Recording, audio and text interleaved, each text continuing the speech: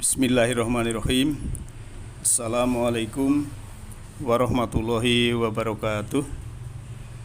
Alhamdulillah arsala rasulahu bil huda wa dinil haq liyudhhirahu ala dini kullihi walau karihal musyrikun.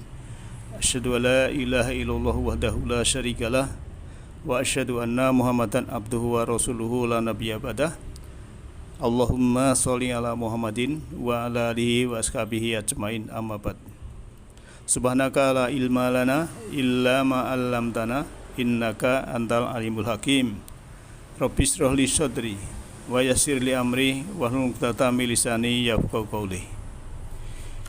Ibu bapak yang saya hormati, jamaah Majelis Taklim Nurul Huda yang saat ini baru rihlah ilmiah tadabbur alam wisata ruhani, maka kita harus menyadari bahwa Allah telah menurunkan Al-Quran selaku kitab suci yang setiap ayatnya itu mengandung kepastian tanpa ragu dan juga berbahasa Arab. Itu menjadi petunjuk bagi orang-orang yang insaf dan bahan ungkapan ilmiah bagi mereka yang berpengetahuan. Jadi seluruh manusia ini dituntut memberikan perhatian seksama serta memikirkan sangkut paut masing-masingnya, baik antara sesama ayat suci maupun mengenai hubungannya dengan alam semesta serta kejadian yang berlaku di seputar kita. Nah, maka untuk kita rihlah ilmiah dan wisata ruhani juga nanti tadabbur alam ini dalam hal yang berhubungan dengan umroh dan ibadah haji, maka kalau kita melihat di dalam surah Al-Baqarah ayat 126 wa id qala Ibrahimu rabbi ja'al hadza balada amina warzuq ahlahu minas samarati man amana minhum billahi wal yaumil akhiri qala wa man kafara fa umatti'uhu qalilan sumat toro summa atau ruhu ila adabinar wa bi'sal masir. Dan ketika Ibrahim itu kan berdoa untuk itu karena di sana kan itu ada untuk tawaf di seputaran Ka'bah. Ini tadi kalau kita melihat cara tawaf seperti ini misalnya kita mengitari berlawanan dengan arah jarum jam dari titik awal ke titik akhir, itu menandakan bahwa sebetulnya yaitu tadi kita lahir dan nanti kembali kepada Allah dalam keadaan suci. Manakala kita dilambangkan dalam tawaf itu, semuanya kita harus tunduk dan kita patuhi. Karena apa? Kita tawaf berkeliling dan semesta ini semua tawaf. Bumi, bulan kita mengitari matahari ibarat tawaf. Tata surya kita dari planet-planet yang dalam tata surya itu mengitari galaksi, itu juga ibarat tawaf mengitari, melaju kencang di ruang kekosongan angkasa. Nah, yang dimana itu semua istilahnya tawaf.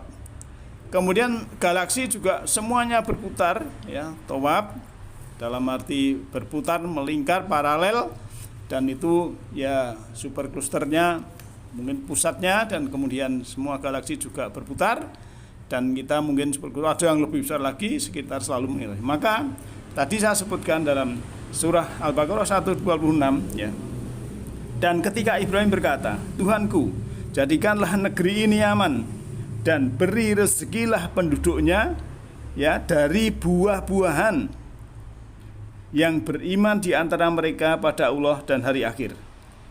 Dia Allah berkata, dan siapa yang kafir maka akan aku beri rezeki atau kelengkapan juga dia sedikit, kemudian aku paksa dia kepada sanksi kepada sanksi api dan tempat kembali yang jahat. Nah, doa Ibrahim ini bukanlah sembarang doa asal permohonan saja, tetapi mengandung kesadaran dan ilmu pengetahuan tentang geologi dan astronomi.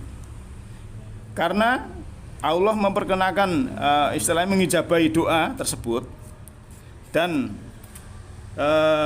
pada waktunya sesuai dengan kejadian dan proses yang berlaku.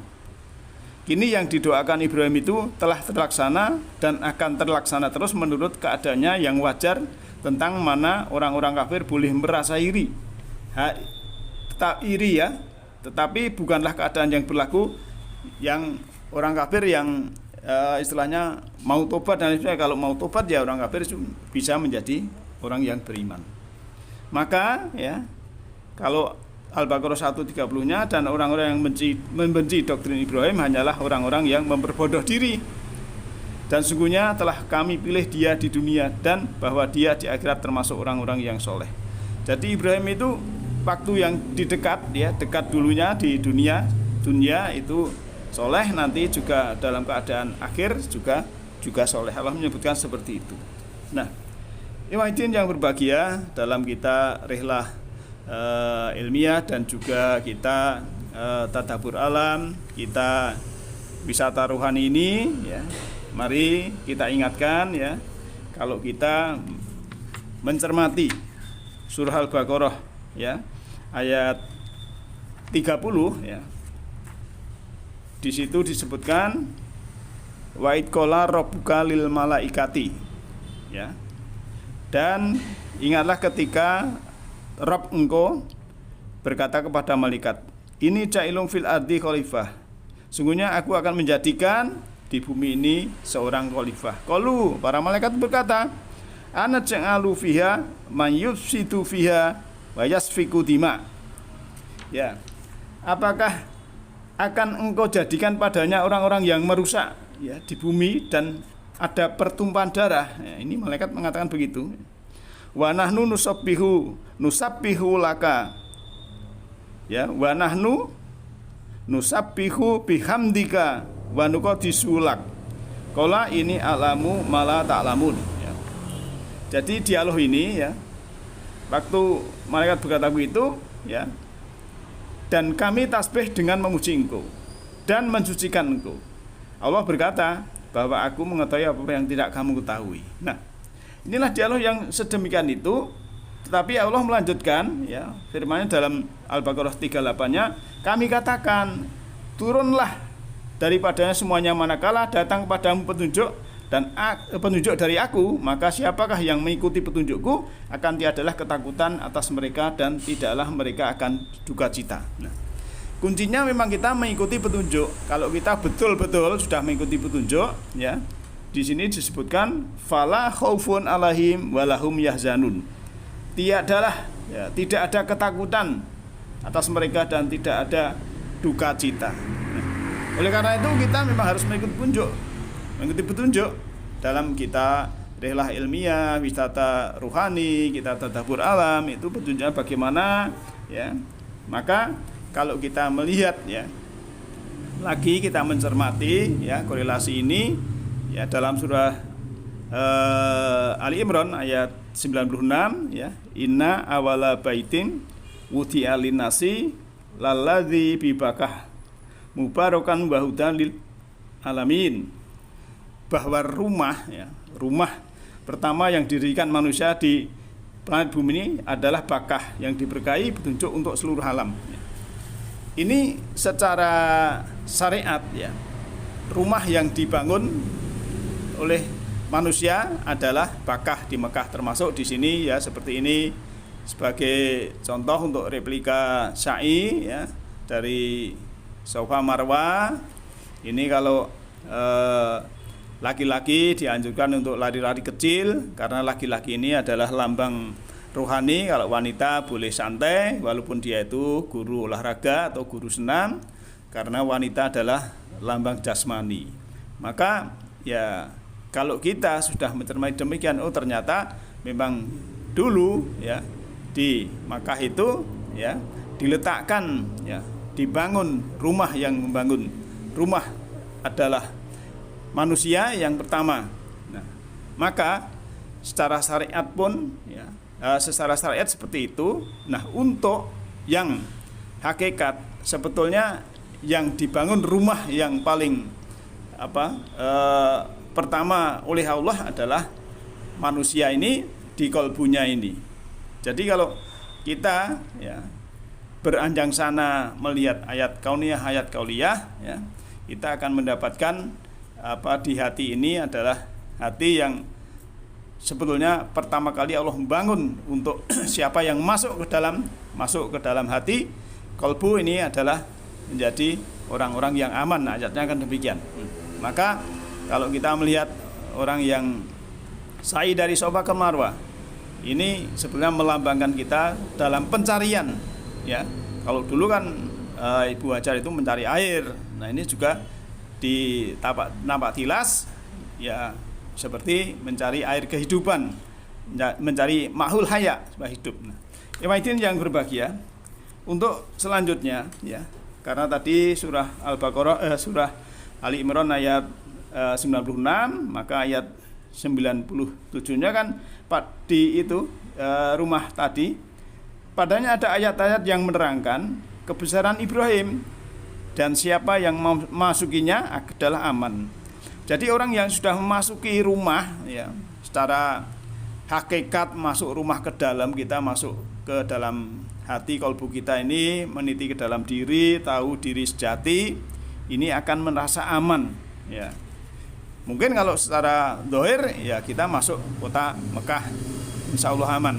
Tapi secara hakikatnya kita juga kalau sudah masuk meniti ke dalam diri, kita mengerti diri kita sendiri, kita tidak terombang-ambing oleh yang di luar, kita sudah bisa menenteramkan diri sendiri, tadi sudah mendapatkan mengambil petunjuk dari Allah yang diturunkan, wala khaufun alaihim walahum yahzanun tadi, tidak ada sukacita, tidak ada kesedihan, tidak ada duka cita. Maka disitulah sebetulnya kita sudah membangun, ya, membangun diri dalam diri kita ini supaya apa? Supaya menjadi tentram karena sudah mendapatkan petunjuk dari Allah itu. Nah, ikhwatin yang berbahagia, maka selanjutnya kalau kita melihat lagi, mencermati, ya, dalam kisah, karena Al-Quran ini adalah sebagai kisah, ya, sebagai qasas, ya, ahsanul qasas. Ahsanul qasas itu adalah sebagai cerita. Nah, maka, ya, di sana juga istilahnya ada yang namanya apa itu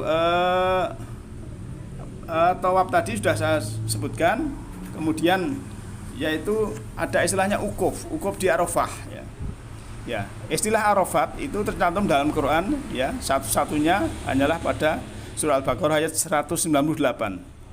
Yang kalau diartikan maka maksudnya ialah tempat yang mana manusia saling mengenal, ya. Jadi di situ, ya, manusia saling mengenal, ya, lita'arrafu, ya, saling mengenal karena kan dari berbagai bangsa, ya. Maka setelah di sana, ya, ukuf di Arafah, sebagian memang ada yang menjalani yang lain, ya. Kalau kita melihat setelah ukuf juga nanti ada tahalul dan lain sebagainya, ya. Kemudian ada yang istilahnya ziarah ke Jabal Rahmah misalnya, ya. Kalau di Indonesia itu kan ziarahnya ke makam biasanya kan begitu. Tapi kalau di sana, ya, di Arab itu ziarahnya biasanya ke gunung. Jabal Rahmah, Jabal itu gunung, Rahmah itu kasih sayang. Kalau di sana juga ada Jabal Uhud, ya. Jabal itu gunung, Uhud itu satu. Jadi istilahnya kalau kita sudah dalam puncak kesadaran di gunung itu, ya, lantas timbul kasih sayang, maka Jabal Rahmah. Kalau kita sudah dalam puncak kesadaran gunung Jabal Uhud, kita memang juga sudah mengakadkan Allah, ya, mengakadkan Tuhan, mengesahkan Tuhan.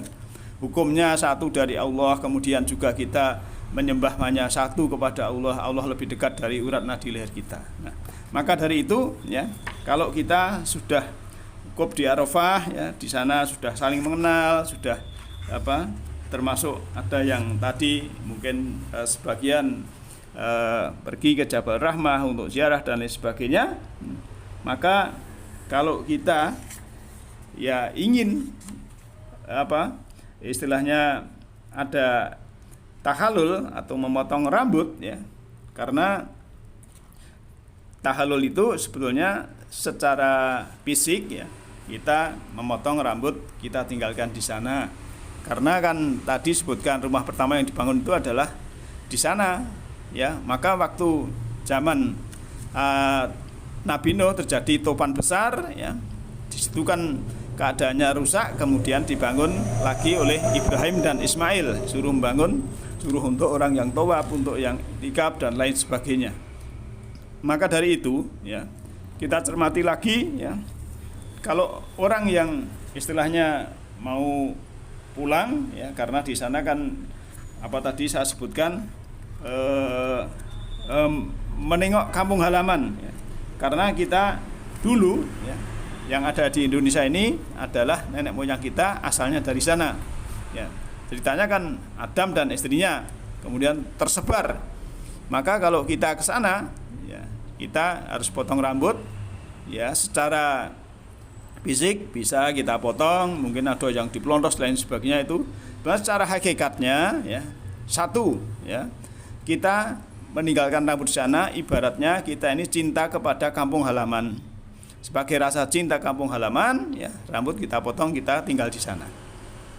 Dan juga secara hakikat untuk membersihkan kotoran yang di kepala ya, itu juga kita secara hakikatnya adalah membersihkan kotoran yang ada di pikiran, baik itu sakit hati, dendam, marah, kecewa, kemudian tajayus dan lain sebagainya, yang kita masih punya sifat-sifat yang negatif yang mengotori atau sebagai virus di pikiran, itu harus kita bersihkan. Nah, maka sekali lagi ya, kalau Bapak Ibu semuanya sudah ya istilahnya mengerti tentang hal-hal yang demikian, kita akan tahu, oh ternyata ya ada syariat dan ada hakikat. Maka syariatnya ya seperti itu tadi ya, ada tawaf ya, kemudian tadi yang saya sebutkan beberapa hal sampai wukuf dan lain sebagainya, dan juga tahallul itu. Maka harusnya kita mengetahui, oh ternyata ya kalau istilah haji ya secara syariat ya mungkin ya sudah seperti itu, kita tahu umrohnya seperti itu ya syariatnya. Namun karena kita ini sudah ya usia dewasa dan bahkan ada pralansia dan lansia, maka kita harus juga mengerti hakikat. Karena tadi seperti tawaf, hakikatnya itu memang mengelilingi, dan isi semesta ini juga tawaf semuanya, baik bulan bumi mengitari matahari ya, kemudian planet-planet juga mengitari matahari, tata surya kita mengitari galaksi mengitari super cluster dan lain sebagainya. Itu semua adalah sebagai hakikat bahwa kita ini sebetulnya di semesta ini tidak ada yang diam, semua adalah bergerak dan tawaf kepada istilahnya semesta ini. Nah, oleh karena itu ya, kalau kita sudah mengetahui ternyata syariatnya ya seperti itu, kemudian kita juga harus mengerti hakikat. Jadi ada istilahnya jasmani dan ruhani. Jasmani ya, kita menjalani syariatnya seperti itu. Kemudian kalau ruhaninya ya, ruhaninya kan kita sampai kepada Allah itu supaya melepaskan kesyirikan ya. Supaya melepaskan kesyirikan sehingga kita tidak syirik lagi.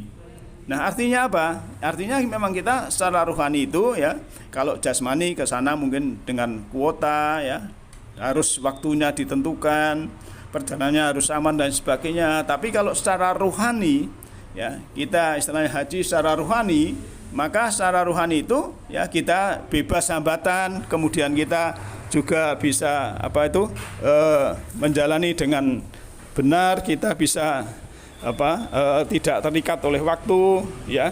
Bisa juga secara rohani itu hakikatnya kita tidak mengeluarkan biaya yang banyak, tapi dengan ilmu yang ada, tahu caranya, insya Allah kita bisa mendapatkan yang ritual rohani tadi. Maka istilahnya ada ritual jasmani, ada ritual rohani. Nah, ikhwatin yang berbahagia, maka dalam hal ini kita rihlah ilmiah, kita wisata rohani, kita tadabbur alam, kita refreshing, kita untuk ya bahagia jasmani dan rohani. Maka dari itu ya mari kita pupuk jiwa kita buka mata hati kita buka mata rohani kita buka mata jiwa kita, sehingga kita bisa menerima petunjuk dari Allah, bisa meningkatkan kesadaran kita, bisa meningkatkan keinsafan kita, bisa menumbuhkan spiritual kita, karena kita sudah bisa memahami apa yang ayat yang tersurat dan ayat yang tersirat, ayat kauliyah dan ayat kauniyah yang di luar. Semua adalah saling melengkapi, karena ayat satu dengan yang lain adalah saling menjelaskan, saling menyempurnakan, saling memberikan penjelasan. Dan semesta ini ya, ayat yang terbentang ini juga sinkron sekali, saling menjelaskan juga dan juga melengkapi apa yang tersurat di dalam Al-Quran. Nah, oleh karena itu kalau sudah demikian, maka insya Allah kita semua oleh Allah Ta'ala akan selalu dibimbing di jalannya, karena kita sudah dari dalam ini untuk mencari, dari dalam ini untuk datang kepada Allah, dari dalam ini untuk tidak musyrik, dari dalam ini untuk tidak dolim, dari dalam diri kita ini untuk tidak menyekutukan Allah, tidak menggelapkan diri, kita tidak mengkafir, tidak menutup diri, ya. Dari dalam ini kita tidak untuk munafik atau bermuka dua, dan dari dalam ini kita sudah mukhlis, ikhlas, insya Allah dengan ikhlas yang sesungguhnya. Kalau ikhlas itu sebenarnya tidak bisa dijelaskan, tapi ikhlas dari dalam kita, insya Allah Allah akan mengetahui, karena Allah lebih dekat dari urat nadi kita. Nah, maka dari itu kita ya refreshing ya, kita ini bisa santai di sini ya, istirahat. Kita sambil mengevaluasi ya istilahnya yang kita kerjakan tadi. Di sini kita bisa santai untuk istirahat sejenak sebelum nanti kita melanjutkan untuk sholat duhur dan atau makan siang. Maka dari itu Bapak Ibu semuanya ya, kita dalam refreshing ini ya, semoga Allah meridhoi, semoga ada manfaatnya. Yang intinya memang Bapak Ibu saya ajak untuk menambah kesadaran, menambah keinsafan ya. Kita tidak usah ya menilai rapot orang lain ya, kita harus menilai diri sendiri. Kita tidak menertawakan orang lain, kita harus menertawakan diri sendiri. Manakala kita sudah bisa menertawakan diri sendiri, itulah kita sudah melangkah di jalan cahaya. Dan setelah itu hidup ini simpel ya. Manakala kita hari ini lebih baik dari kemarin dan hari esok lebih baik dari ini, maka itulah sebenarnya sudah kita melangkah di jalan cahaya. Demikian nasrum yahdillahu linurihi mayasa. Allah menunjuki cahayanya berupa semesta ruhani kepada siapa yang kehendaki. Nasrum minallahi wa qarib. Alhamdulillahirabbil alamin. Assalamualaikum warahmatullahi